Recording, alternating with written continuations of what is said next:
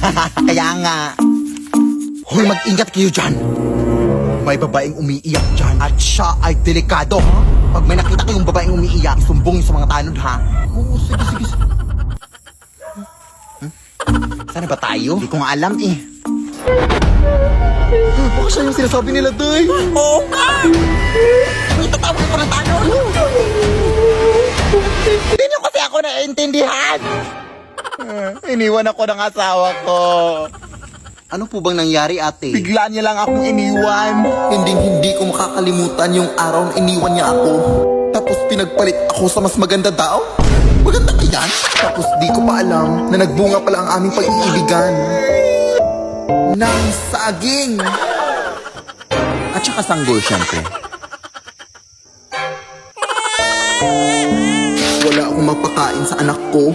Kaya ang ginawa ko, inalay ko na lang siya sa tagapagbantay dito sa kagubatan. Sobrang masakit para sa akin ang ginawa ko yun. Pero ito ay hindi nagustuhan ng tagapagbantay. Kaya pinarusahan niya ako. Hindi na daw ako titigil sa pag-iyak. Yan ang di niyo alam. Hala, sorry, te. Nakakaiyak naman pala yung story mo. Asan? Ayun yung babae umiiyak ko. Kunin mo na. Ha? Hoy. Huli ka na rin. Delikado kang babae ka.